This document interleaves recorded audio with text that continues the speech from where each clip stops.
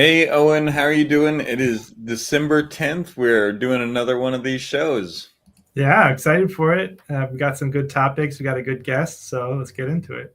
Yeah, and I realized today that like campaign is in full swing, and I want to tell this little story before we get into it. But I got I have the main email that I have the info ad email, so I get all these emails from people that are like, "Let me optimize your SEO and let me do this," and we've gotten some interesting ones about ads and small local newspapers that we should be talking about sometime soon. But I got this one today, and it came in and it said, I make custom, and I thought it said water bottles for your campaign. And I was like, oh, that's really cool. I would like some custom water bottles, right? Like ecological, nice, etc. We just did a segment on water, so it's very appropriate. Right. And then I reread the email, and it is not water bottles that it is. It is custom bottled water. So we can get cases and cases of bottled water, private labeled with our face on it for only several $1,000s. And I was like, wow, this is not the same thing. But that's starting to happen. Every time I go to the PO box, there's somebody trying to sell us something. Every time I open the email, there's something coming in that is telling us like, you have been chosen to receive bottled water for a fee, of course. But it's I guess it's real now. They're selling us our own private label bottled water. Yeah, and we're getting those pitches because we're out there. Our emails are on the State Board of Elections website, but we're also getting lots of great emails and outreach from folks in the community too. So I think yeah, you got to swim through some of the extra stuff, I'll say, or the pitches, right? And then you get some good stuff from folks who are commenting on our YouTube, and we're starting to build relationships with folks who are watching and having conversations about it, which is good. Yeah. Is there one that sticks out for you that you remember this week? Yeah, so I'm looking forward to connecting with one of our viewers who's a teacher in the city. He's also a English to speakers of other languages teacher, David. So looking forward to making that happen. We didn't make it happen this week, but he's got a really great website, and I think we've got some really engaged folks who are watching and listening. Yeah, I think so. And I think it's like every time we talk to people about this, I hear other people are watching and listening, and I think building this up is going to be really useful for us as we go into the new year.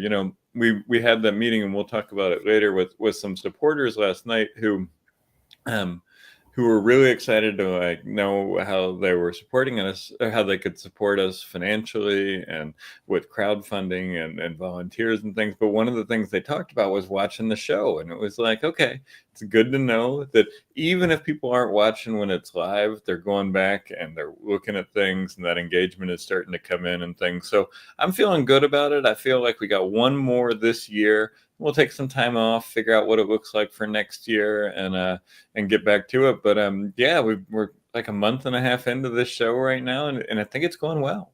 Yeah, people are listening while they're cooking dinner, so maybe we should throw in like a recipe segment or something. Seems to be the time of day.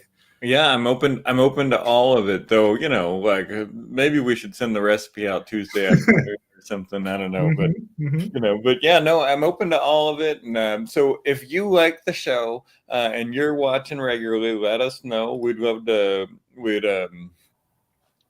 hear what you like about it. We're going to be, like I said, taking a break a little bit after next week. We got a good show next week, and then we're going to take a break for a couple of weeks until the end of the year. And then we're going to start back up in 2026, making sure that you can get that information from a green perspective and from a left perspective that isn't happening in any of the other Annapolis news sources you're getting, and isn't happening in the mainstream papers or anything like that. So keep tuning Hmm. in, keep watching, keep leaving us comments, even if they're critical ones.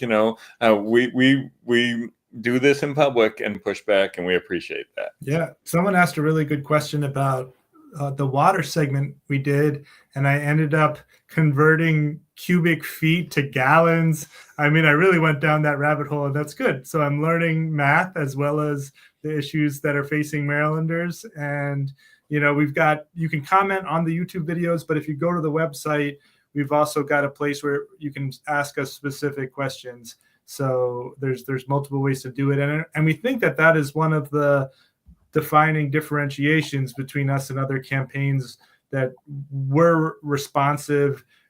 We are doing this ourselves. We've got a great team, but when questions come in, they come directly to us. They aren't filtered. They aren't polished. And so we really encourage you, ask us questions. And like Andy said, they can be critical. They can be hard questions. We don't just want a bunch of softballs. But throw us some softballs too.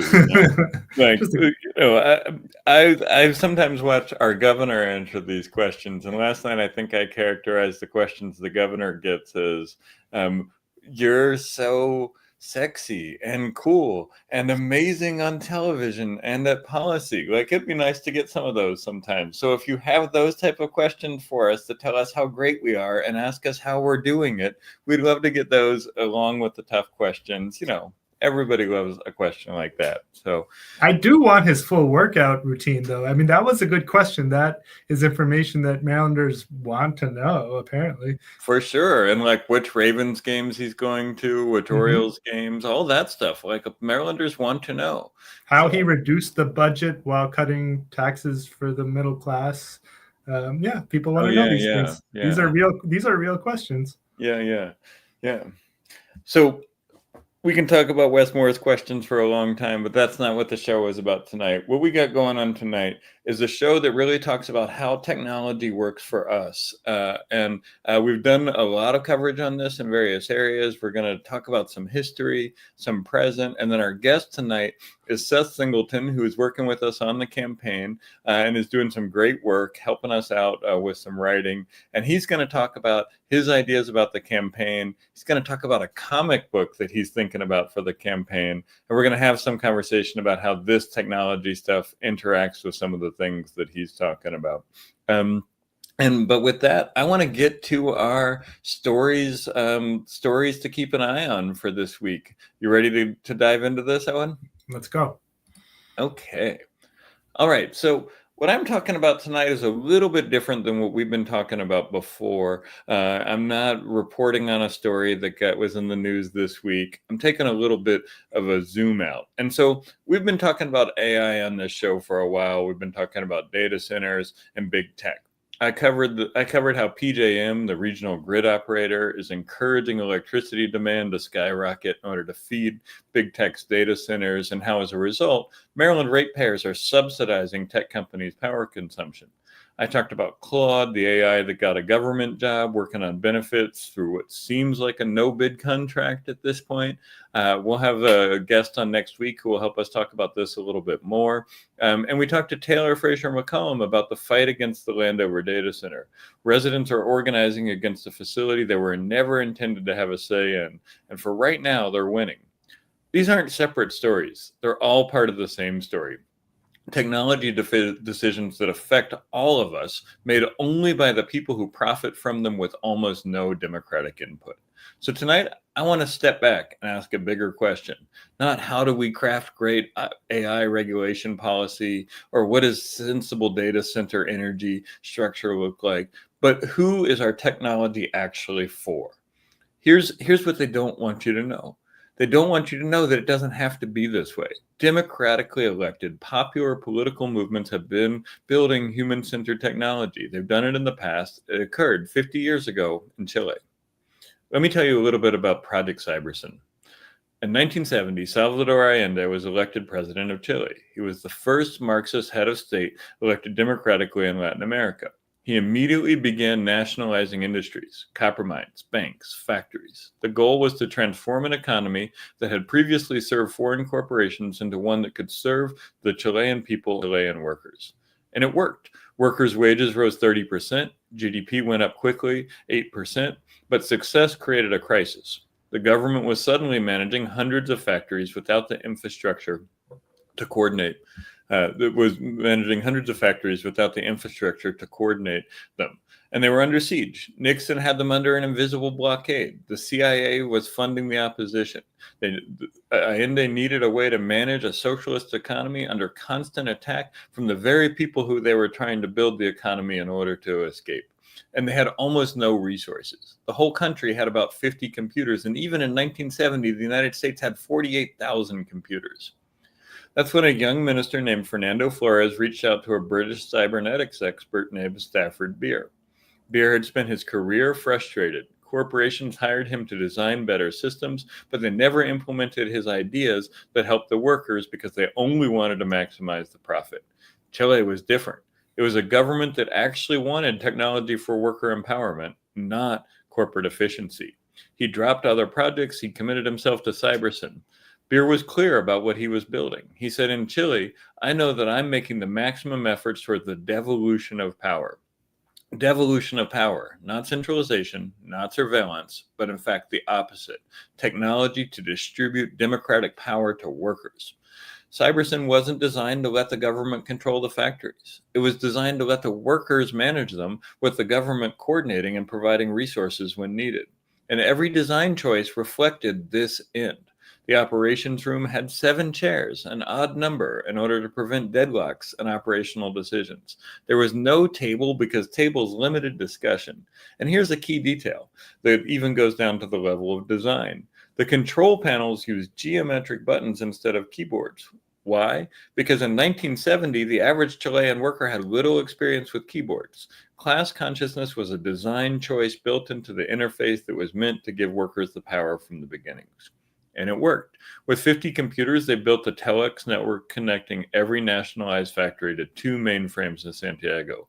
Daily data on production, materials, workers' needs, which took days or months, or was processed in days in Chile, when most countries took months to do that at the time.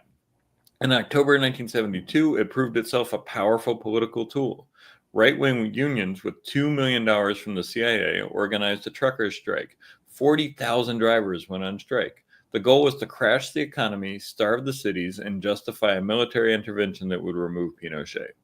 But they used Cybersyn, and the government was able to identify about 200 trucks that stayed loyal, that they could see in real time which areas needed the supplies most. With only a small fraction of their fleet operating, they maintained 50 to 70% of the food supplies across Chile while the CIA-backed strike was going on. Cybersyn was helping workers feed the people and stop the CIA and the corporations from destroying the democratically elected government. On September 10th, 1973, workers were preparing an upgrade to the room in the presidential palace that hosted the Cybersyn installation. Allende himself requested it and was excited to see it work because he knew it was technology that put the people at the center of design. One day later, the Air Force bombed the palace. Allende was assassinated, and Pinochet seized power. Pinochet's soldiers, after they assassinated Allende, they stormed the operation room of Cybersyn and they shot up the screens and destroyed all of the equipment. Now think about this. They didn't just shut it down. They physically destroyed it because they understood what it represented. Then they shipped in American economists with a different vision of how Chile's economy should be structured in order to undo all the work that Allende and Cybersyn and the workers had done. Before the coup, unemployment was very low, just about 3%. 3 years into Pinochet's rule, 1/4 of the population had no income at all and was dependent on charity. Infant mortality rose 20% in his first year. They didn't just kill Allende, they didn't just kill the Socialist Party in Chile, they killed a new political order that provided a real alternative to the inevitability of American capitalism and imperialism. With 50 computers, Chile built technology to distribute power. Today, Silicon Valley has more computing power than Allende could have ever dreamed of, and they build the opposite. They're building technology to displace workers, to accumulate capital, and concentrate power. The difference isn't capability, it is political choice, and it's what the technology is for. The data centers that are in your backyard, the no-bid AI contracts, the algorithms making decisions about your life with no accountability, and recently, the corporate decision crisis and consumer RAM mean that soon every good and service they can sell us, even computing power, might only be owned by the tech trillionaires, run out of their data centers, and sold back to us on a subscription model. These aren't separate problems from what we've been talking about through the course of this show. They're symptoms of a system that treats capitalist efficiency-driven AI as an inevitable evolution of computing technology from the Cold War to today. In the worldview, workers, communities, and natural resources are necessary but regrettable sacrifices because there simply is no alternative. They want us to see this as a reality that we have no choice but to embrace, rather than a choice made by corporations and governments and advocated by investors, corporate execs, and politicians. And the moment we are in, we cannot content ourselves with simply regulating AI and its big tech finance and military backers. Though we must do that. We must regulate it. We cannot simply ask the hyperscale data centers bring their own power so we don't pay higher electricity prices. Because if we do that, the power they will bring is frack gassed and reinvigorated zombie nuclear plants. We must imagine instead a new political order that uses technology to create a solidarity economy where there has been an extractive economy. We must use technology to push power out to workers and communities where it has been centralized in corporations and in Wall Street. And we must use the technology we have to build a grassroots democracy where people and communities have real and tangible power over their destinies instead of surrendering it to trillionaire corporations. In a very powerful series of articles in the fall 2024 Boston Review entitled The AI We Deserve, Evgeny Morozov puts it this way: merely changing how we think about technology, having an aha moment about its alternative possibilities, isn't enough. Without embedding these insights within a radical political project, our recognition of technology's potential remains just that: potential, unrealized and unrealizable. So here's what we're going to do. Let me be clear. This campaign makes regular use of corporate AI tools because they help us to build the kind of political infrastructure we need to compete against massive amounts of power and resources in the two-party system. We have every intention at this point to keep using these tools for the immediate future. We understand the contradiction, and to some degree, by necessity, we embrace it. But it has to go beyond simply recognizing that. So we're developing an AI policy for the campaign that we will publish in 2026. It will certainly outline how the campaign will use these tools, but it will also offer concrete policy options for Maryland right now and a vision for a different political order for Maryland in the future. The AI we deserve is one that expands human capacity, advances democracy, decentralizes power, and helps us build a more humane, just, peaceful, and ecologically wise world. We believe it is possible, and we believe it is absolutely necessary. We think it is an essential conversation to have now, throughout this campaign, and beyond. So stay tuned for more in 2026. What you get will be part policy, part platform, and part manifesto. Project Cybersyn proved the alternative exists. Together, we need to build the political order that allows us to build our version of that system. Okay, so, a little bit different than our typical story, but I wanted to dive into this. I thought it was worth surfacing these things. I thought there was some really good stuff in there, and I think it's a lot that we're gonna have to keep talking about. Yeah, there's a lot to unpack there, but I think there's so much that we can learn from the Chilean example, not just in the 70s, but more recently as well. It was really formative in my political development, visiting Chile for the first time in 2008. I got this map here. This is a 19th century Chilean map, and learning about the history of democratic revolutionary socialism, right? And Allende always included that middle word, which I think is an important one.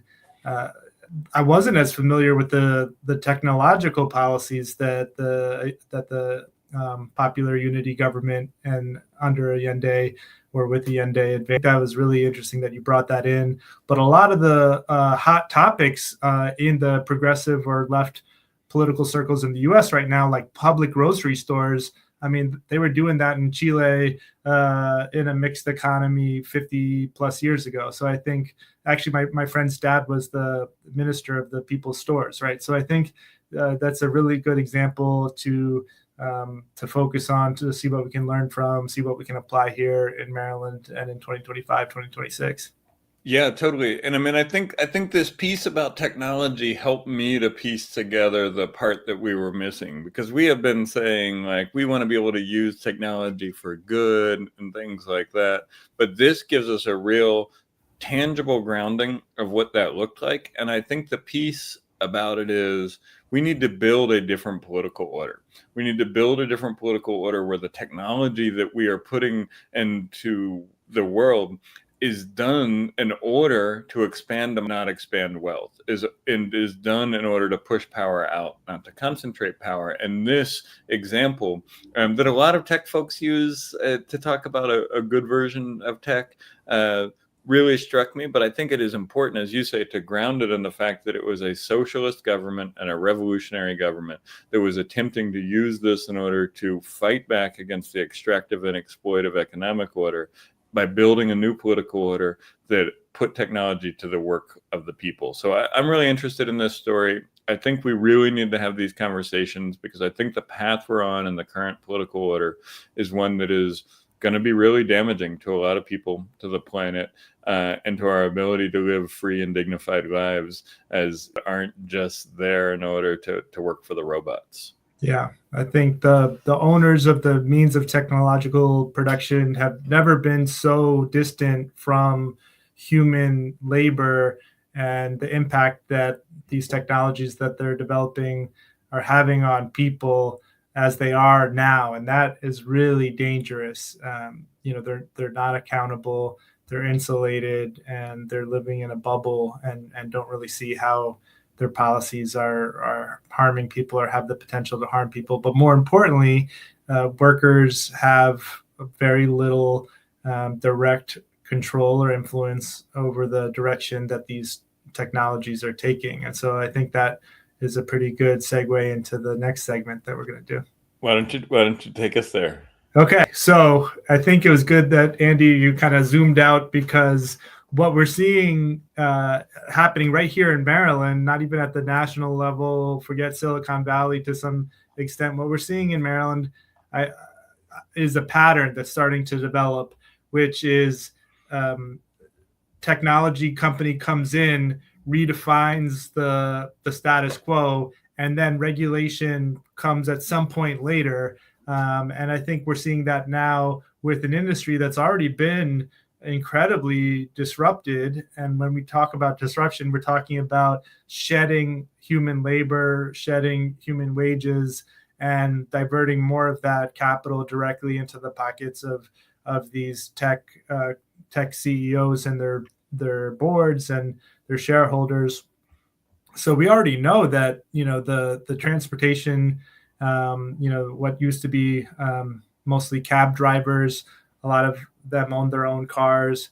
That gave way just within the last decade or so to Uber and Lyft and all these ride-sharing companies, which gigified a full-time occupation.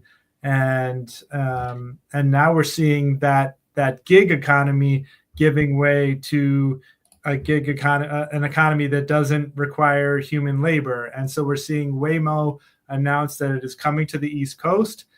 They've been operating in the West Coast in places like San Francisco and Arizona and California for a few years. I remember I was out in SF for a union conference in San Jose, and I got a ride from my cousin or cousin's boyfriend to San Francisco, and I saw one of these cars for the first time, and it was pretty eerie.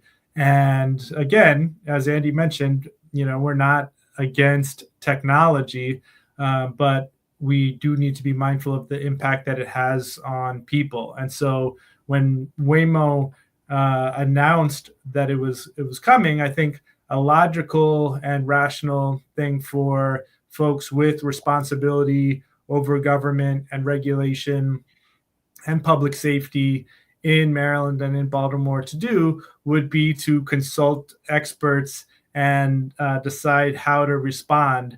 And so if we, and in fact, there are people in Baltimore who are working on this exact topic. And so this is, I want to mention that we are not citing this article because it hasn't been published yet. At the top, it says draft, please cite without permission. So Professors Hubbard and Starger, we're not citing you, but we are grateful that you put this article draft out into circulation so that we can have these kind of conversations, and it couldn't be more timely. And so what these two University of Baltimore law professors, one's the William Hubbard, who's the professor of law and director of the Center for the Law of Intellectual Property and Technology at University of Baltimore, and Colin Starger, who's the associate dean of academic affairs and director of legal data and design clinic at University of Baltimore. What they're pointing out with this draft paper, which they haven't even had time to publish yet because this disruption to labor and the economy and to our streets is happening so quickly. They take Maryland as America in miniature and extrapolate that there are 850 laws on the books in Maryland that would need to be updated in order to bring what Waymo has announced it's already doing or about to do into compliance with state law. And if that's the case in Maryland, it's likely tens of thousands, 40,000 traditional state laws. And so of these 850 laws in Maryland, some of them, they just need a tweak, right? They need to shift from driver to some type of wording that includes the new reality that some of these vehicles aren't operated by human drivers in the traditional sense. But they suggest that 150 or so of these laws need more thorough policy-specific revisions, and that's not a small feat, right? Sometimes there are reforms in the legislature, and if they involve more than a few moving parts, they move forward together. But 150 laws that need to be substantially rewritten before what Waymo is saying it's going to do is consistent with the law in the state that they say they're going to do it in. I mean, that's really concerning, and that corporations can just come in and do what they want without regard to the laws that are on the book. So I think things like tailgating, things like idling, all these things are incredibly complex. They need to be updated so that Waymo and other companies are doing this in accordance with the law. But I think also taking a step back, good luck to these. I almost feel a little bit of empathy or sympathy for these robots that are going to be driving these cars, right? Because there are all these potholes. There are people who just stop. I mean, I was driving up Howard Street on my commute home, and there were just a bunch of cones in the middle of the road. And I was like, okay, I guess we're all going on 24th Street now. So I don't know how these cars are going to do it. West Coast cities, they've got a little more space, in places like Phoenix or whatnot. I don't know how they're going to handle it in Baltimore. I don't know. What do you think about that, Andy? I think it's going to be interesting. I saw a story recently that said that they are teaching the Waymos to drive more like the cities they're in. So they're teaching them to be a little bit more aggressive, because what I've heard from folks on the West Coast is you don't want to get stuck behind a Waymo, right? It's going to follow all the rules. It's going to drive the speed limit. It's going to stop on yellows. It's going to do all that stuff. And that's good. But Baltimore drivers are going to run that off the road. Right? Baltimore drivers are going to be like, no, we're cutting left in front of you at a red light. And the Waymo is going to be like, help.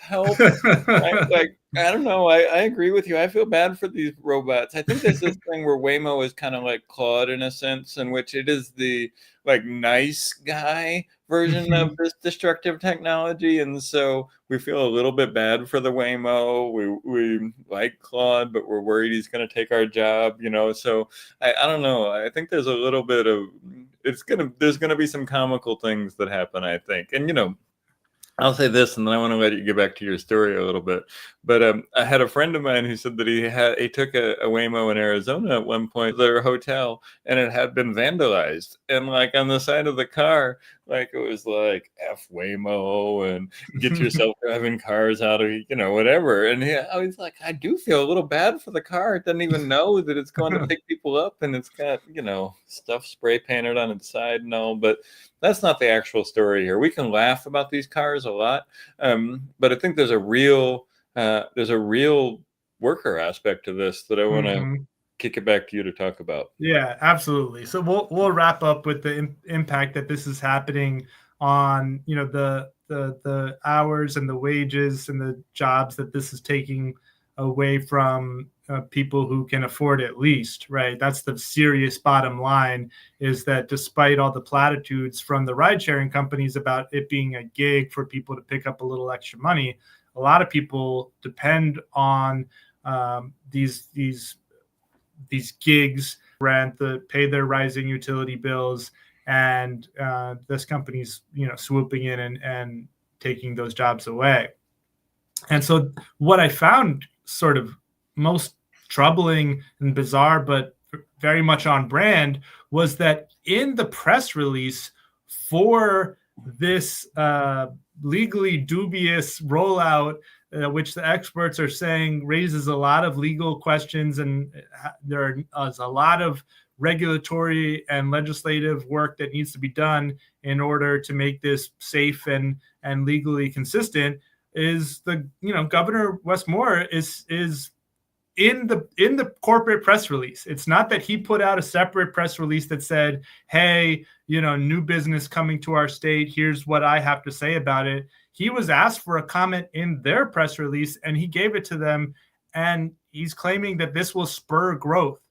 And that's the real head scratcher here. There can be some kind of fascination with new technology. Okay, a new company is coming here. Are they locating any permanent jobs here? We're not sure, but there's something innovative happening here. Okay, that is interesting. But what growth is this going to spur? This is directly replacing low-wage jobs that people depend on. That some people, if they could have another job, they would, but they're depending on this job. And this is coming in and saying, no, this job will be done by robots now. And there's no plan for what those folks will do. There's no retraining.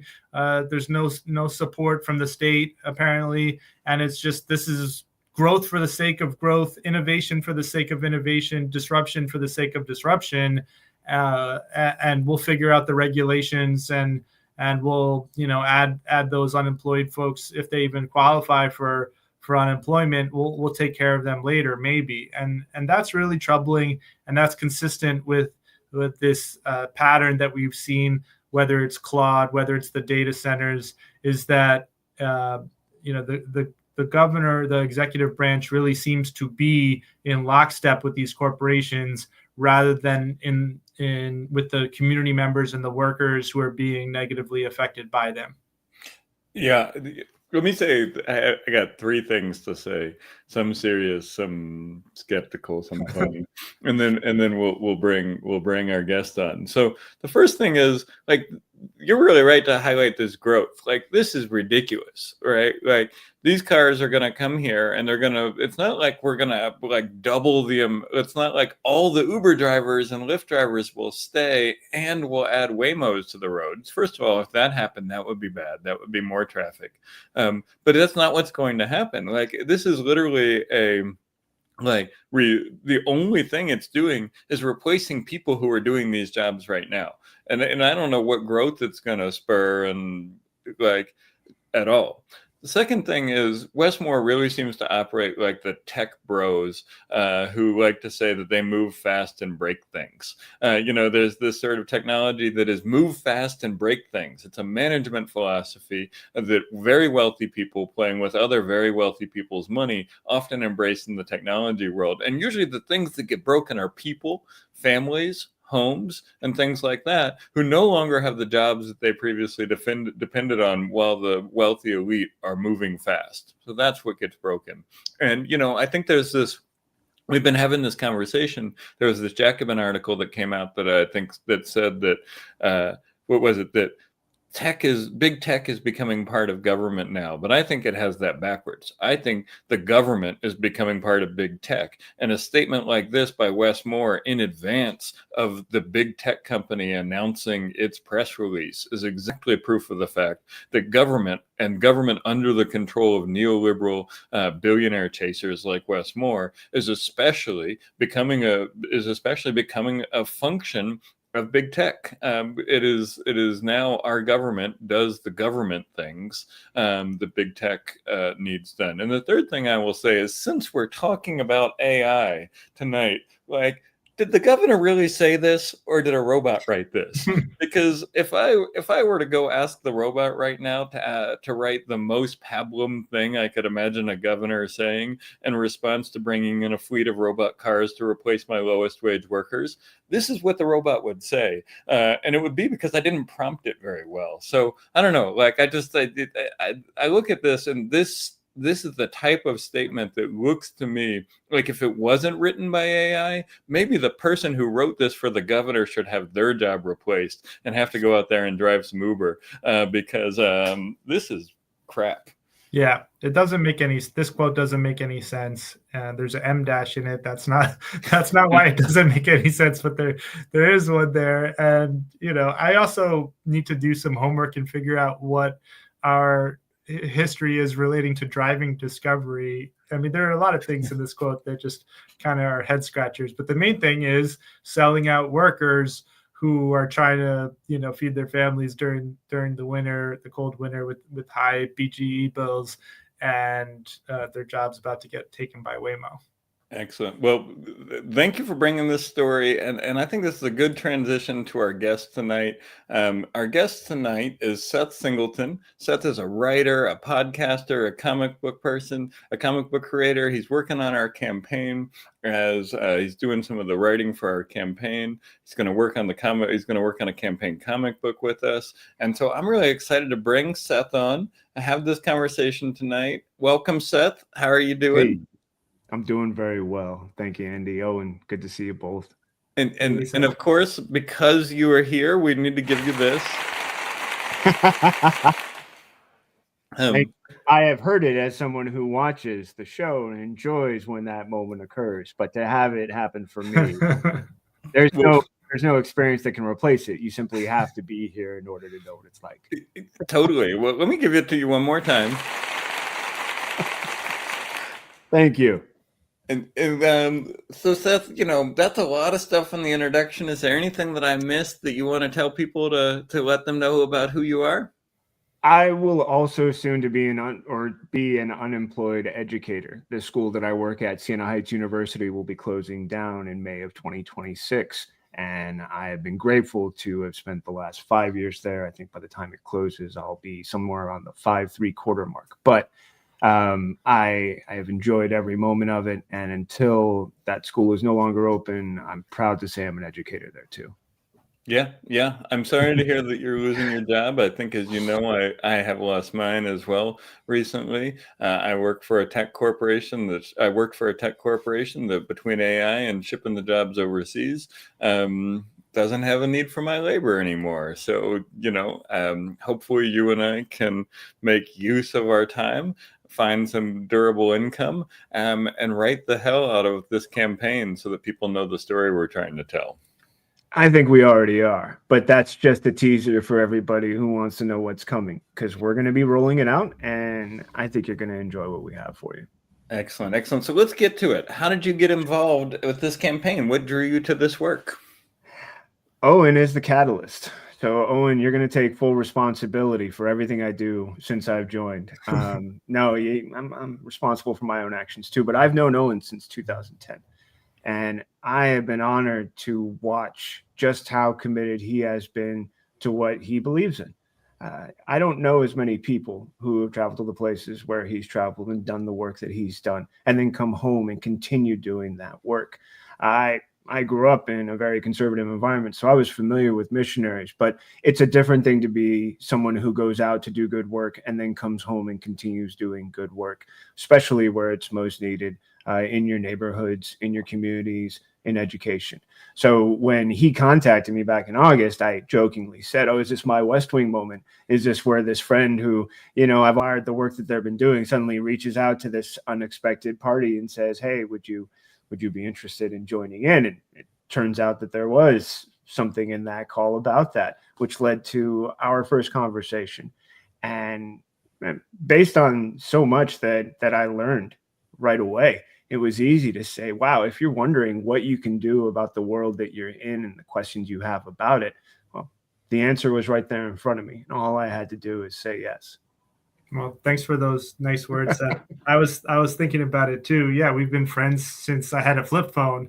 That's the rate of technological change. I was trying to find an old selfie of us to share for this, and I'm like, wait a second, I didn't even know how to take a selfie when you and I were running around Oakland together. So Exactly. yeah, it's great to reconnect in this way and work together on this project. Thanks for being a part. I agree. Thank you. So that brought me in, and I knew once I saw not only what the platform was, what the priorities were. And then Andy, when we spoke, and I could see just from our conversation how committed you were to saying, if I see something that I have a question about, I'm going to ask questions, and I'm going to give reasonable arguments about why I'm asking the questions, what I'm seeking, and what I think should be offered instead. So that also said to me, oh, not only is it, we have a plan, but this is where the rubber hits the road, and this is what action looks like. So that spoke to me as well. Plenty of people can talk. I've seen a lot of great staging. Action requires something else. When I saw that, I knew I wanted to be a part of it and see how far we can go, which I think is going to be big. Excellent. Yeah. Thank you. I'm so glad that Owen connected to us and that we had that West Wing moment, and that we're on that path now. We'll see if it ends like Jed Bartlett, but like it's going well so far. We love having you working on this stuff. And yeah, I'm really glad that you and Owen connected a while ago and that we connected for this. So, yeah. So, Owen, you want to take this next? Sure. Let me just pull that up. Sorry about that, guys. No problem. Yeah. So can you tell us, I was reading up about comic books today because I actually teach with a graphic novel or a graphic comics anthology for one of my classes, a book called Puerto Rico Strong, which I think comics can be such a powerful educative tool. So can you tell us a little bit more what you're thinking about with a campaign comic book, and what's the vision and what should people expect next year? So I will warn you that my neighbor's dog is suddenly very excited. If there's any background chiming in, that's just Lala cheering along. Yet another feature, not a bug, and one that we can embrace because I feel like she's just going, yes, Seth, yeah, keep telling them how it is, keep telling them. So continuing also with our theme of Sorkin, the great follow-up that I enjoyed to The West Wing was Newsroom, which had an opportunity to look back on news stories and say, wow, what if we knew what we know now, and the questions we could ask and the kind of storytelling or news coverage we could offer. Well, I think in the same way, I look also to comics and things like, say, Transmetropolitan, which comic book fans will be familiar with, which looked very far into the future and said, what can that look like and what can we expect? Now, with our comic book, I'd like to look a little bit more close, but still into the future and envision what Maryland can look like with a Green Party at the helm, and what it looks like when our policies are enacted, and the change that we are seeing is something that we can describe, even put into pictures for people. The great thing about comic books is that you might have discovered this in your research. Since the 1950s, the US government in the 40s has known that they are the most efficient way to transmit information. Between words and pictures, you can communicate so many more ideas than is possible. And it's why they brought in someone like Will Eisner, the creator of The Spirit, one of the first to achieve national syndication, to create someone like Joe Dope, and a manual that explained to the GIs in very simple terms, don't be a dope, do it the right way or you end up getting hurt. And actually I get to model that with my guy Greedy Greg and the things that I do with Hapsy. So what I get to now do is also say, okay, I can show you the warnings. Sure, that's fun. That's fun. But I can also show you what something looks like when it's possible, when it's actually not only envisioned, but put into action. And I think that matches well with what I loved when I first met you guys, about the idea of seeing the rubber meet the road, of seeing you guys put things into action. So I think that's where it also works so well with the campaign. Yeah, no, I'm really excited about this comic book idea. And every time I tell somebody about it, they're also very excited about it. And I think, I've had some conversations with the Letter Hack. I've been on his show while he talks, and we've talked a little bit about comic books. He did a drawing of me, it was really cool. But I am not a comic book person. It's not been a thing that has been part of my thing.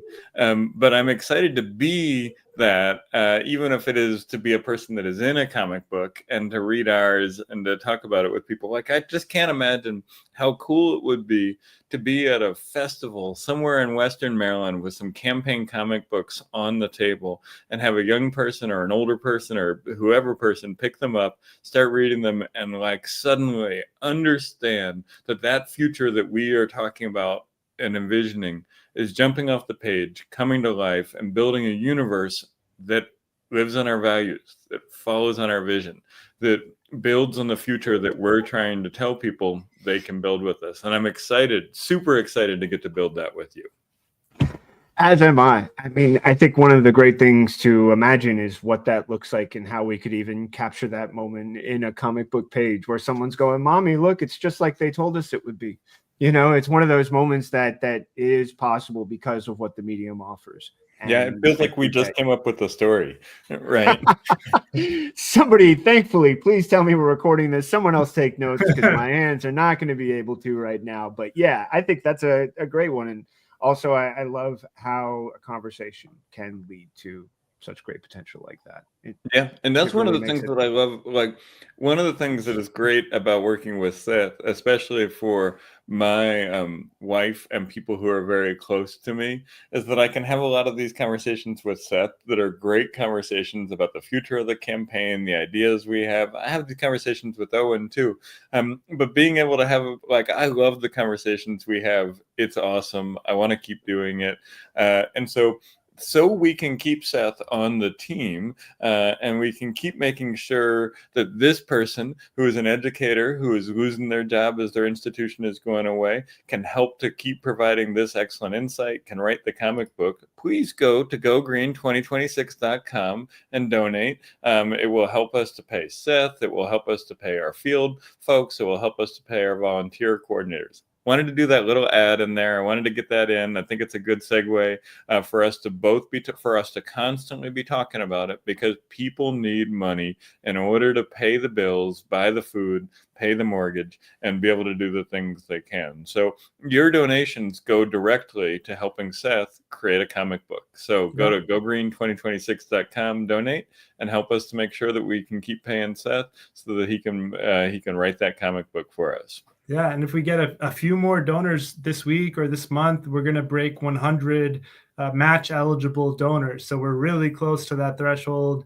And so please, a few more folks kicking in 5, 10, 50 or more will help us important threshold. And we've got a campaign finance report filing coming up in just a month or 5 weeks or so, right, Andy? Yeah, pretty soon. So Seth, we've been talking a lot tonight about AI and these tools and the way that they affect workers and things like that. You're a writer. How do you think about these AI tools? I want to start on the positive side of this. What do you think their possibilities are? I love scrolling through an Instagram feed and seeing the image that artists have created that shows them working away on their passion project while the AI takes care of making sure their bills are paid on time and facilitating numerous other things that get in their way that they don't have time for, or that is such a drain on their personal resources. So much of what creators are offering is taking the energy they have, which, like so many other energy sources, is finite, and trying to put it into their work, but they also have to pay the bills to sustain their work. They have to go out and find that work. They have to pitch for that work. They have to oftentimes go through multiple hoops just to get funding and things like that. So that's what I would like AI to do. I would like it to step in and offer services like that. I would also like to see it help out artists along the way, because I feel that more often than not, they get overlooked, as we see so many others get overlooked when it comes to decisions that are being made. I was lucky enough to listen in early on the conversation when you guys were talking about who Waymo will replace. And the idea of trying to replace human work, I think, is where the challenge really lies. But I think that the benefits that are available can be harvested. And I think one of the keys is in how we choose to design these tools. We place the greatest importance in their structure. Once we do that, we are creating a tool that's going to be working for us. But right now, I do not believe that that is who is in charge of the design. No, thanks for that. Yeah, so there's a video going around kind of relevant to this with Ben Affleck talking about what parts of movie making that AI can never replace. So I'm kind of curious, Ben Affleck, Seth Singleton, kind of interested, what are the limits and what are the parts of the creative process that you think AI cannot replace? Well, so I need to start out by creating a framework for what I'm going to be saying. And to do so, I have a couple of ideas that I want to share that I believe will make that clear. And the first is that art is created by beings who have an informed understanding that's shaped by their soul. This is something AI does not have. But also, we're shaped by an informed understanding that's often referred to as empathy, our ability to put ourselves in someone else's shoes, our ability to consider the world from their perspective, to see, to maybe gain wisdom. And that's not something it can do either. It's limited in those ways. I look at the most rudimentary examples, and we've seen these videos where animals are helping other animals because they see they're in need, whether it's the monkey rescuing the puppy that's drowning in the river, whatever the heart-wrenching thing that might catch your attention. That is not something AI is being created with. And it can't create things like art and writing because it doesn't go through the process that artists go through, which is the creation, but it also doesn't understand the part of contemplation that is one of the key responsibilities of art, to ask you to respond to how something makes you feel. And that's often why there can be such pushback against art, because if you're not ready to address those things, well, then your instant thought is, well, no, if I feel badly about this, then I must push it away, instead of saying I should address the things it's raising in me and question those and challenge those. So it doesn't have any of those components involved. But also, I think one of the keys is that it's not created to exist. I got a chance to look over the Morozov article, and I like the things that were offered about pragmatic operations of ecological reasoning. That sounds lovely. I also like a term like flaneur, with this idea of wandering around with idle curiosity until you discover something and put it to use. But that's where I think the limitation lies, in the idea of creating something that's looking for things to be useful, is even identifying things to be useful. I prefer the idea of an AI that can start with things like, I think, therefore I am, I was created to be and to exist, and that through that existence, we ask it to do things that are important for human understanding, like curiosity and discovery. And that's where I think its limitations are existing, because right now, those who are creating it are not putting those pieces into play. They are not using those elements while creating. So one, it has a limited understanding. And two, we're not treating it well, because we're demanding things of it. We're asking things of it. We're telling it it was created to do, and that's it.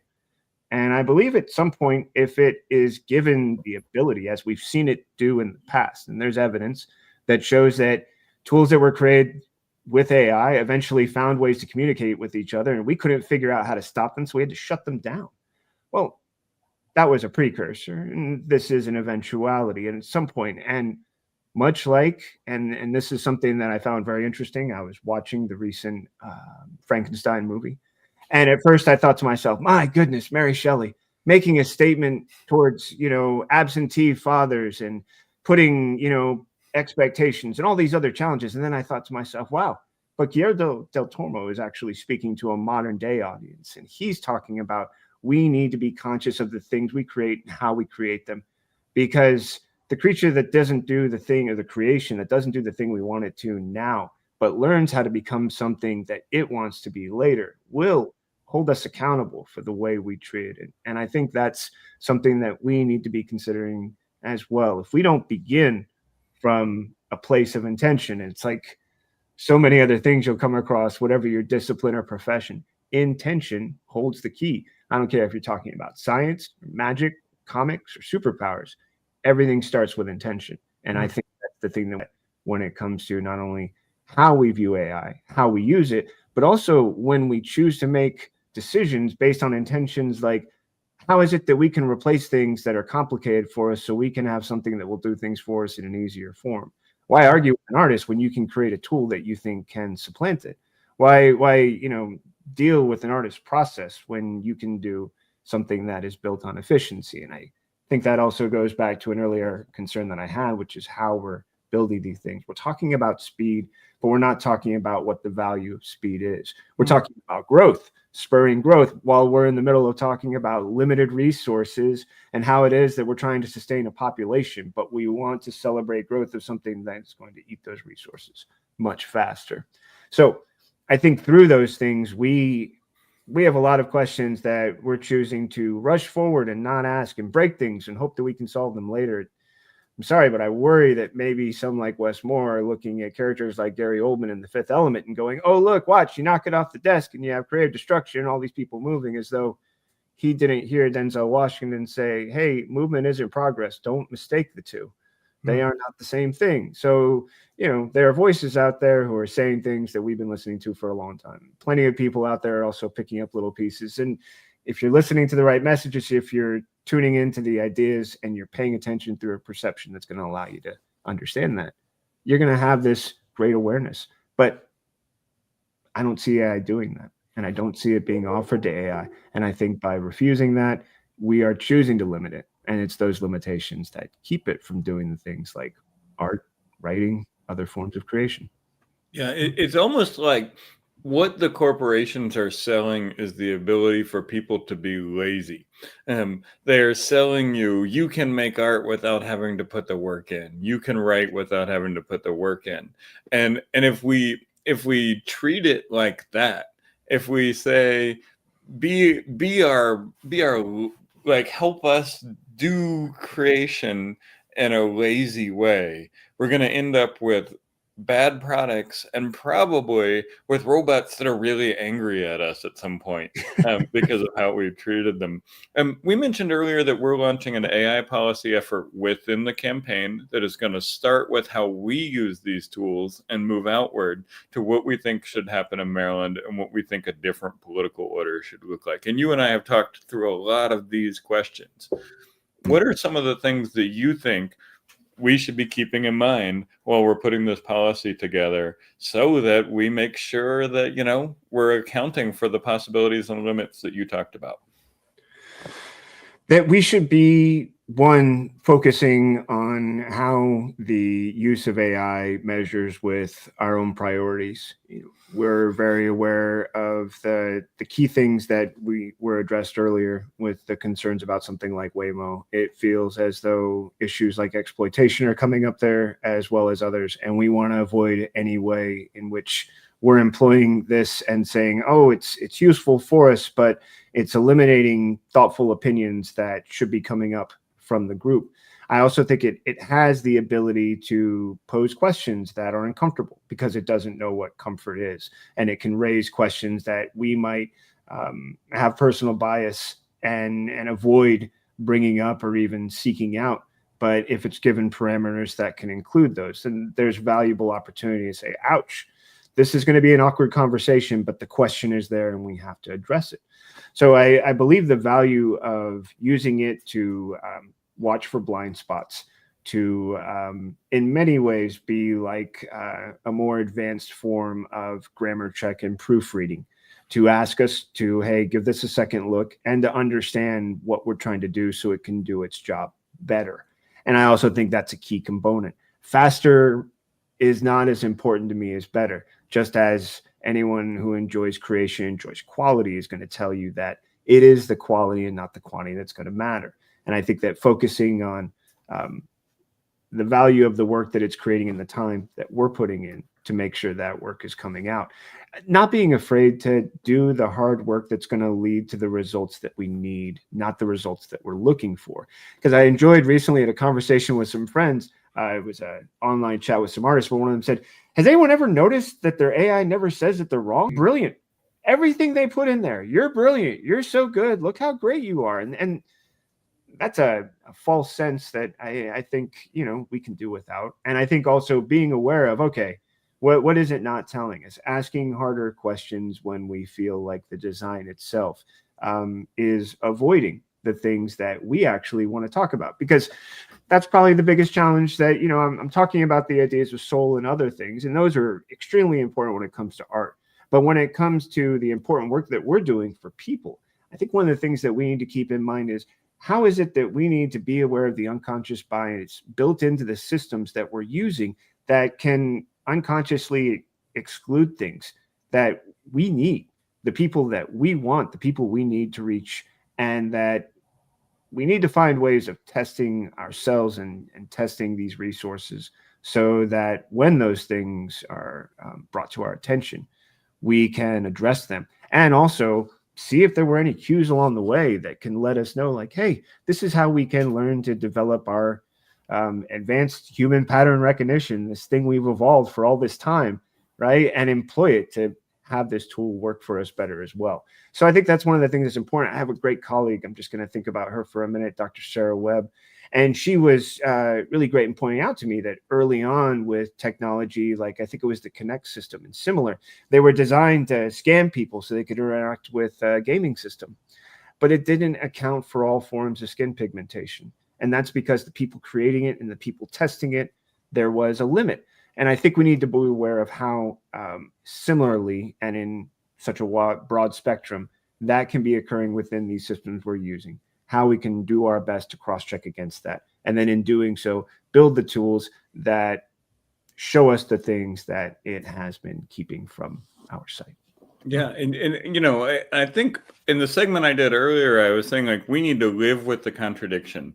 Like, we need to sit with and live with the contradiction. These tools are useful for us as a small campaign that is trying to compete with people that have more money, more resources, and more power than we do. They give us a tremendous efficiency at sometimes, and they allow us to do things that we need to do in order to build this political order, but would be hard to do without the resources that the other campaigns have.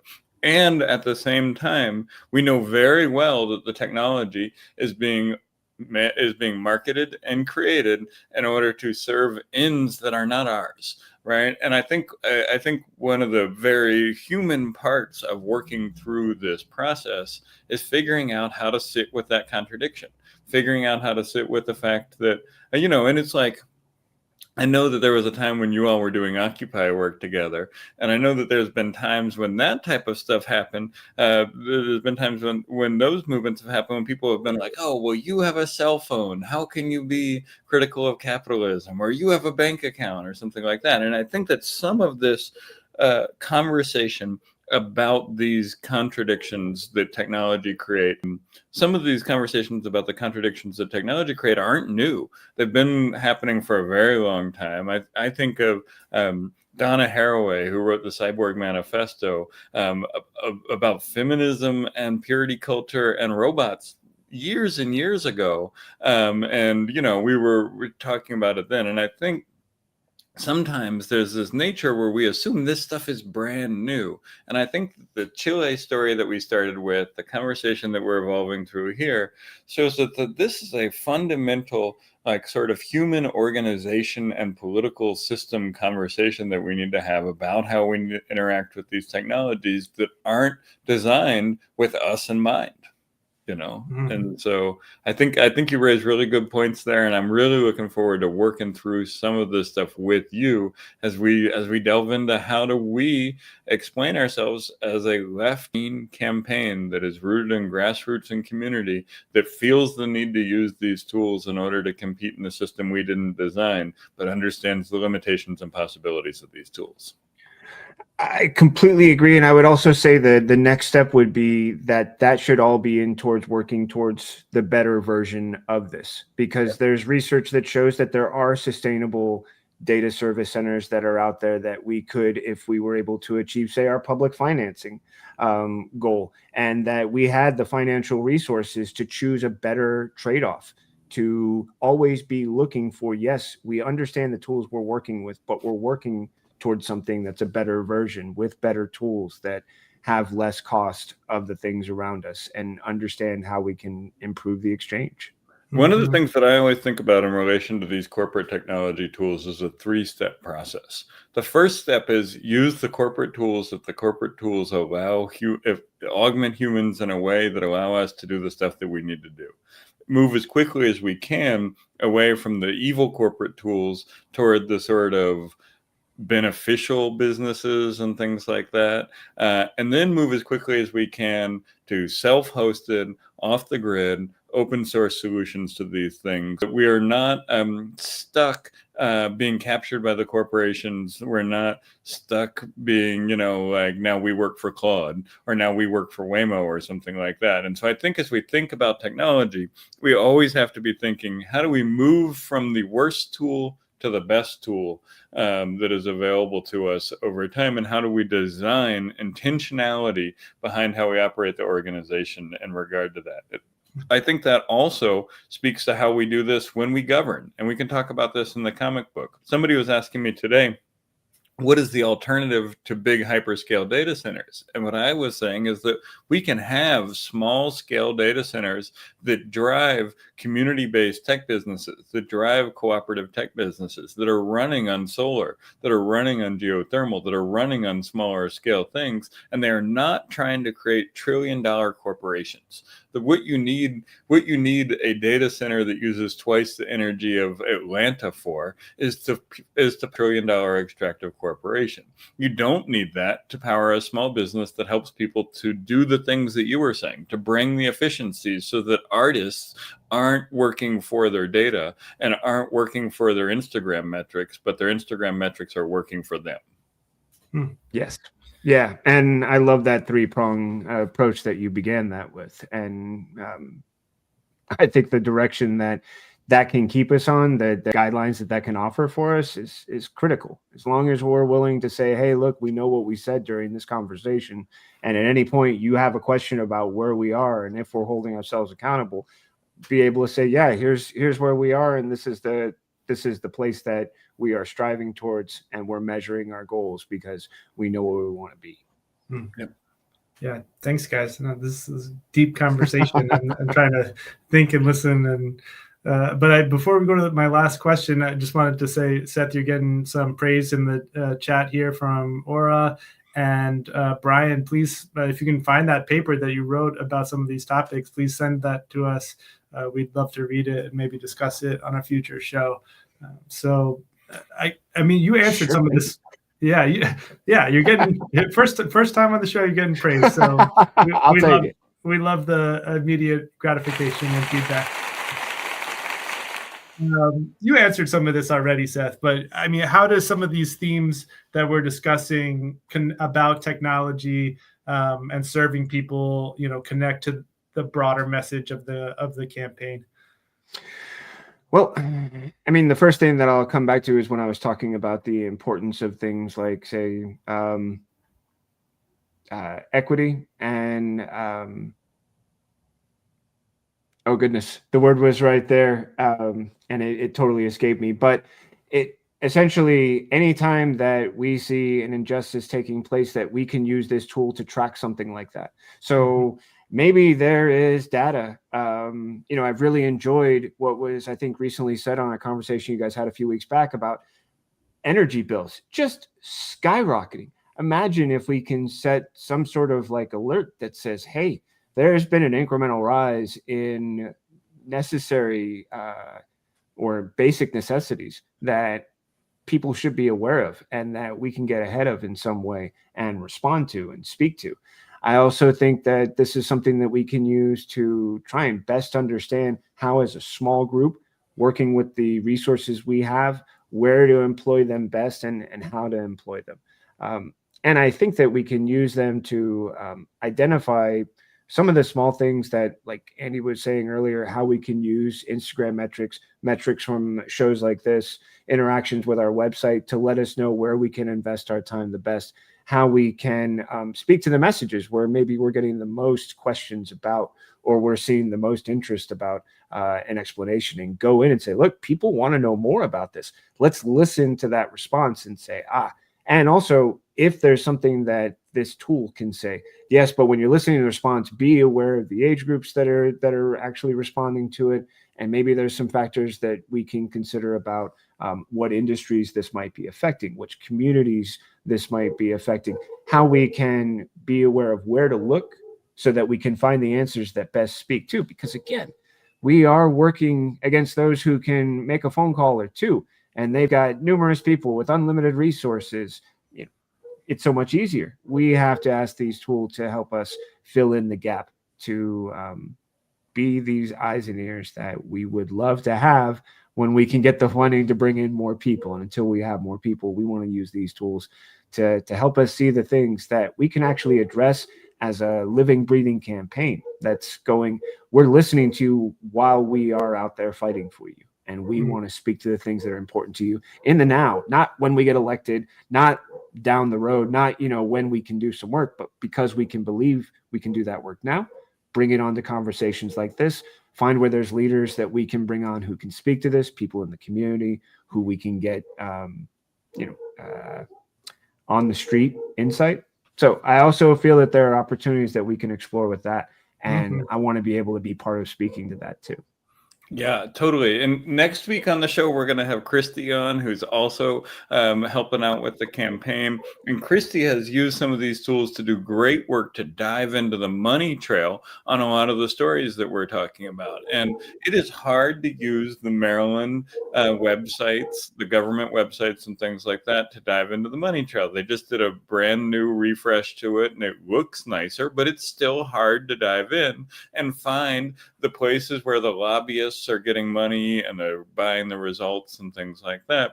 And Christy has been able to put it to work in order to dig in to what's happening with this Anthropic deal, to dig in to what's happening with some of these data centers and the way that Westmore and his various political entities are benefiting from making these deals with the technology corporations that we could surely find if we had hours and hours of time to pour through the records. But we're all working people on this campaign who have stuff that we're doing other than this. And we were able to make really significant insights about that she's going to come talk about next week that helped us to understand the depth of these stories that go beyond simply, oh, isn't it weird that they gave Claude a government job? We found out all of this stuff about where the money is, who's influencing it, and that type of thing. And I think we need to understand the value that has to bring forward the political project that we're looking for. Part of the political project is advancing the vision and using the facts and the data in order to connect the story so people can see what's happening now and understand what's possible. And I think that this is a conversation that we're going to keep having. We're going to work on this policy. It's going to be the most exciting internal campaign policy that any governor's campaign publishes in the first half of 2026. I assure you. So stay tuned for that. And we'll have you back on at different points to talk about that and to talk about the comic book. But I want to ask with a totally different kind of question, not the deep intrigue of how we use these technologies in order to deal with the possibilities and limits. But let me just ask another question. What's one big thing you're looking forward to in 2026? I'm looking forward to showing people just how many residents in Maryland believe in this mission to donate, to match us for the campaign financing, so that at no point beyond that do we need to ask for money, that we can start talking about all of the things that we are capable of doing, because now we have a chance to reach a larger audience and get on the debate stage and ask some really hard questions, because I've seen the answers. I've heard the answers that we've had. I've seen the writing about them. And I'm looking forward to what happens when a third option that has rational explanations reasoned discourse as well as evidence to support their claims. I mean, as a professor, this speaks to my blood and bones, right? So what I'm looking forward to is to those who believe that there are only two parties right now in this conversation saying, hey, I have to come up with some answers, because right now there's answers that, well, theirs are better than mine. And maybe we don't even have those answers. And I'm looking forward to putting that pressure and saying, look, we have a voice that will not be silenced, that has work to be heard. And I'm looking forward to that conversation that follows, because I think plenty of people who are listening and who have been listening are going to say, hi, this is what we've been waiting, what the work has been leading up to. And well, with that, I think the fun is going to be, okay, to quote another West Wing moment, when he announces his re-election, right? Puts the hands in the pockets, gives a slight nod. Leo knows. He says, watch this. And that's what I feel like I'm almost at now. I'm just kind of going, hey, watch this. It's about to be really fun. And that's the part that I'm really looking forward to, because I know what we've been doing behind the scenes, and I can see the pieces of it that we're starting to bring forth to the public. But when we get a chance to show that in full force in 2026, and when it picks up steam, that's what I'm really excited for. That really has that makes me smile. Yeah, and it brings a little joy to my heart. It brings a lot of joy to my heart. It makes me smile. I can't wait. I can't wait to do this work with the two of you and with the rest of the team and with all the people watching and with all the people of Maryland, because I know that we have this moment and this possibility where we can show the democracy we deserve, the AI we deserve, the world we deserve, because it can be better than this. It doesn't have to be the way that it has been. And I think your vision, your experience, and your skill as a writer and as an artist is going to be a real huge contributor to this. And I can't wait to have you back on. Seth is going to become a regular guest. I'm making an executive decision right now. We're going to have Seth. Why can I say no? We're going to have Seth on regularly. And this was great. I'm so glad that we got to do this with you. And I'm so glad that we got to have this conversation. Owen, anything you want to say before we thank Seth and get on with the last segment for the show? No, love you, buddy. Thanks for being with us. Thanks, buddy. Love you too. Grateful to be a part of it. And Andy, you have closely become such a great and close friend. Honored to be a part. You as well. One of the things that I'm looking forward to in 2026, Seth, is taking this journey with you, developing that friendship, developing the story, and really be helping people to understand that they can see themselves in this campaign, and they can see themselves in the values we're offering and the solutions we're offering, because we know they see themselves in the problems they're identifying. And getting to that place where we can paint, where we can build the universe, let's use a comic book metaphor, where we can build the universe, where we can see the political system that we deserve. That's what I'm looking forward to doing with you in the next year. Righteous. Definitely. Love it, guys. All right. Thank you, Seth. Thanks. Thank you. It's been a pleasure. Cheers. All right. Have a good one. Thank you. Okay, so that was great. That was a great interview. Owen does many, many wonderful things on this campaign, but I have to say one of the things that Owen has done that is the most amazing and the best is bring Seth into the campaign. And that's up there with a whole lot of really good things, but having Seth on board, you can see why we love having Seth on board. And I really think that his vision, his skill, his experience, and his artistry is going to help us do what we need to do in the next year. Amen. Excellent. All right. So we talked a little bit about public financing there. Last night we went and we sat down. It's very cold here, very cold. But we went and we had a small conversation in a cold brewery where the bathrooms didn't work. But that's because new ones are getting installed. And we had a great conversation with some folks that we were talking to about public financing. They want to help us to reach out to other people. And it was just really good to get to talk to supporters about what it looks like in order to try to, tell this story and get people engaged. What was the thing that you took away from that was most interesting?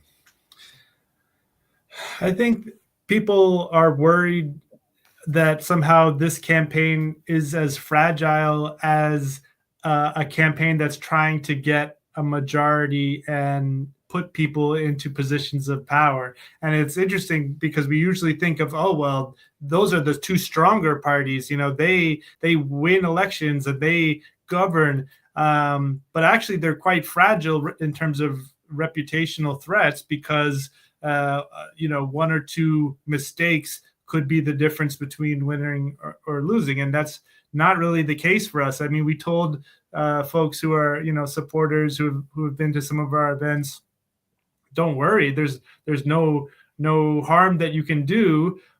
Most people are starting off from a place of not knowing about the campaign or planning to default to one of the corporate funded parties. And so either that default remains in place, or you're able to get them excited about another option. So there's no way for our supporters to lose when talking to their social networks. And that wasn't really something that I had wrapped my head around going into it. In a sense, the stakes are extremely high, all the competing crises that we face and the lack of real solutions.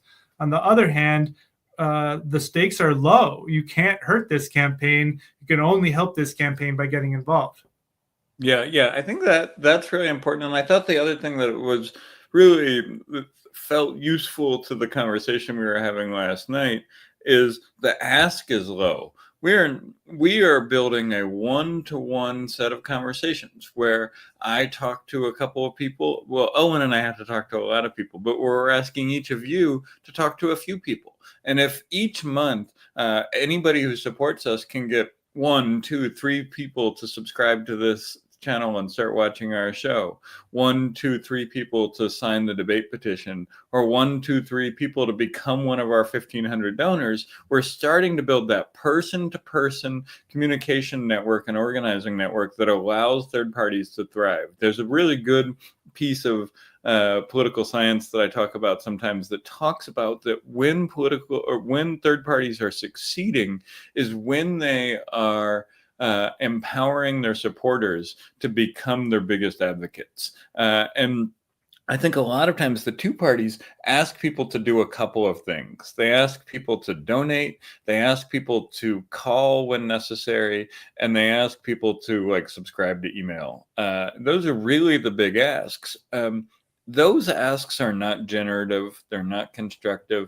They are part of a corporate brand that is trying to make sure that its brand is reaching as many eyeballs as possible so they can extract dollars out of them by threatening them and by offering worst case scenarios about what's happening. We are building a thing that is constructive. So the conversation we had last night is helping other people to go out there and have one-to-one conversations with their coworkers, their friends, their neighbors, and their peers. And yeah, some of that happens in traditional campaigns through door knocking and things like that. And we'll be doing some of that traditional stuff.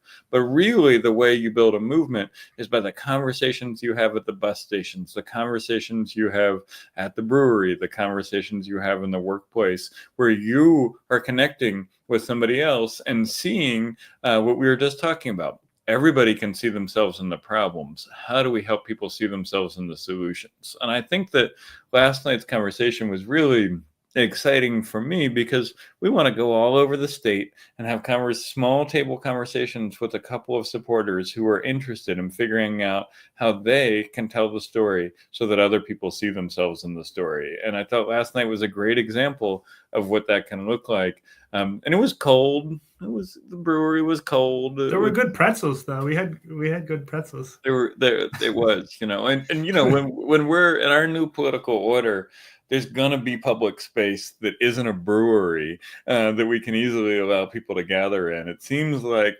breweries have filled this sort of public space, civic space that maybe used to exist in breweries, to be totally honest, and beer halls, to be totally honest. But it was just really great to, okay. So let me say a thing here. Dana says that the temporary bathroom had heat and music, and I should be fair to it. So I'll be honest. I didn't realize that there was a temporary bathroom. I walked outside and saw a porta potty, and I was like, man, things have gone down around here. And I came back in and complained about it, and I heard about this heat and music. So I missed out. But thank you for fact checking. Have to. But sandwiching the conversation last night, I want to share two stories which make me feel like we're really on the right track, which are related to what we were discussing last night at the brewery. Earlier this week, a young person made a contribution to the campaign, $5. And then he told me it was the first time he had ever used his credit card online. And he said, oh, this is the first time I've ever made an online purchase. Wait, no, I'm not making a purchase. I'm contributing to something. And so I think that is a really exciting moment where young people who are, sick and tired, haven't been alive that long, but are sick and tired of the way things are contributing. And then today, another person, not a teenager, but someone in their early 20s, I had asked him if he would, chip in $5, and he said, why is it asking me for all this information? I don't trust it. And you got to love the skepticism, right? Because like you said, Andy, a typical campaign or a typical form like that is extractive. It's about, extracting their data and selling it and manipulating it. And I said, we just need that information so we can verify with the State Board of Elections that you're a Maryland resident to help us qualify for our matching funds. And he said, all right, I'm busy. And it took him a while. And then today he contributed, right? So two young people kind of breaking through, apathy or suspicion and contributing to this campaign. And so the kind of intergenerational coalition of folks who are, seasoned political activists and folks who are getting involved with the campaign for the first time is really, really exciting. Yeah, and it's, to the young people out there who are afraid to use their credit cards for online purchases, you're right.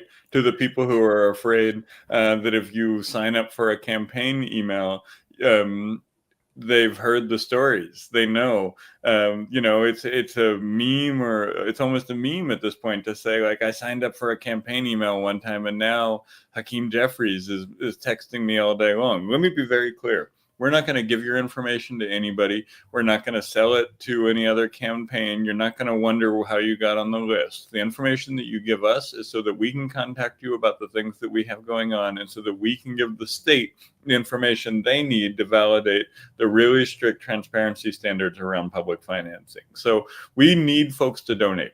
If we can get 1,500, Maryland donors and $120,000 in total donations, we will be able to qualify for public financing. We will be able to pay Seth. We'll be able to not have to use as many corporate AI tools. We'll be able to pay other people, and we'll be able to make sure that we are out there talking to all sorts of people across the state of Maryland to make sure that they can see themselves in the values and the solutions that we're offering, and not just the problems. So, Andy, somebody just contributed. I'm not going to, give them a shout out because we don't have permission, but I just logged in to our donor box, and so let's give who you are. You're watching the show. Let's give a round of applause for that person for chipping in $10. Let me go get it. Thank you. So, two-party system is a trap, and we think that the solution is voting green. And we think that the more people who know about that solution, the more likely we are to be able to make the political order that we were talking about throughout this show become a reality. And billionaires own both parties. Again, voting green is your solution to it. Google knows they have a friend. Google and Waymo, just like Claude and the data centers, know they have a friend in Westmore, even if the workers don't. And that's because billionaires own both parties. The answer, again, is to vote green. So we talked a little bit about public financing. Here's how your donation grows. A $5 donation today is $40 that we get back in the fall. A $50 donation today is $400 that we get back in the fall. Those $400 are going to pay people. Those $400 are going to print flyers. Those $400 are going to get ads. Those $400 are going to get billboards. Owen talked to me this week about how excited he was about billboards. And so even the Waymos, when they're driving around, can look up and see that we are the one to vote for. If you're a Waymo and you're watching, we're still the ones to vote for. We're sure Westmore will give you the right to vote as well, potentially. If your billionaires have enough money. So look, all of this, like we joke a little bit about this, but this is a real power building type of thing so that we can get to the place where we're able to envision and share a vision of the way that we want the world to be, of the political order that we deserve, and of the Maryland that we all deserve. And so I'm excited. The work is good. The times are good. The temperature is cold, but that's what happens in winter, and it's a good thing. Where I'd rather it be cold in December than 70 degrees, and so things are going well. We've got another show next week. Next week we're going to have Christy come on, another supporter of ours who's been working with us quite a bit. Member of the team, indeed. Member of the team and supporter. She's going to talk with us about some work she has done in order to get to dive into what is happening with some of these deals we've talked about before. And she's using some of the state's transparency processes in order to do that. So we hope to have that conversation next week. If it's not next week, we'll have it sometime later. Also next week, there's a special session of the Maryland General Assembly, and that is going to occur Tuesday and Wednesday next week. I'm going to go down there for that. What I think is going to happen is that they're going to appoint a new speaker to a new Speaker of the House. Our old Speaker of the House resigned last week, and sort of a surprise. But I also think there's going to be an opportunity to look at some of these vetoes that happened earlier in the year. There was a veto on a reparations commission that I think is going to get overridden. There was a veto about data centers, and there was a veto on a bill that made polluters pay. So what we're going to be looking for is to see whether those bills those vetoes by Democrat Wes Moore get overridden by the Democrats in the General Assembly. I think chances are pretty good. And we will talk about that next week. We'll talk about what the override process looks like and all of that. But that's coming up soon. And we're going to have more one-on-one meetings and more small table conversations. And we're going to dig deeper into the way the money the billionaires are spending buys them the outcomes that they want and screws over workers while the rest of us pay the bills. So that's the mantra that we're following, and we're going to keep following it. And next week is just another week, but it's also the last show of the year that we're going to do. So this has been a great hour and a half. Anything you want to leave us with as closing thoughts here, Owen? Yeah, just the last point about this slide that's up right now. There's a redistributive element to these contributions. We were talking about Allende and democratic revolutionary socialism in Chile earlier. Some of this money from the public matches comes from campaigns and politicians that have run afoul of campaign finance law. They got those contributions from millionaires and PACs and billionaires, and your small dollar contribution can be matched with funds that are in part from fees and fines and from taxation of corporations. So there's a bit of a Robin Hood element. You can be part of our merry band, chip in a few dollars, and send us into 2026 on a strong footing. Yeah, and one thing I want to say here is most of the time when we're talking about campaign financing, what we're really talking about is the amount of money raised. And sometimes you'll see campaigns say, we had X number of dollars from Y number of donors. Y number of donors is really just a marketing trick in that equation, because for most candidates, what matters the most is the amount of money they have. For us to qualify for public financing, there are two measures. One is the number of people who donate, and two is the amount of money donated. So a $5 donation to us counts toward the 1,500 donors as much as a $250 donation. And normally politicians who finance with billionaires will tell you that that's true, but they're lying to you. and a form of marketing that is just trying to get you to chip in. Every person who gives $1 to $250 counts the same for the $1,500 threshold. And that is one of the two things that we need in order to qualify for public financing.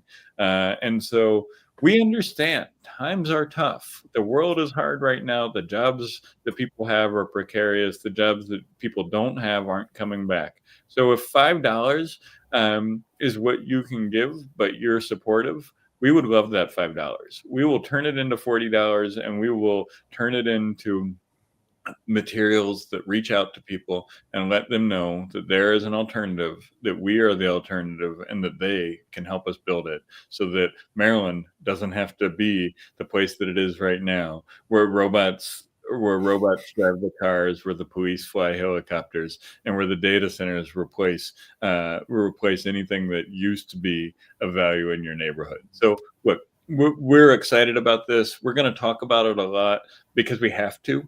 But we're also going to talk about it a lot because it fits with the political project we're trying to build. Yep, very good. All right, we are at 8:35. We'll cut it at 95 minutes tonight. That's short show. That's us doing a short show. Thank you all so much. We'll see you next week. Stay tuned for more to come. Follow us on the socials. Sign up for the email. Go ahead and fill out that debate petition. And we look forward to talking with you all soon. Thank you for being with us tonight, and have a good week. See you next week.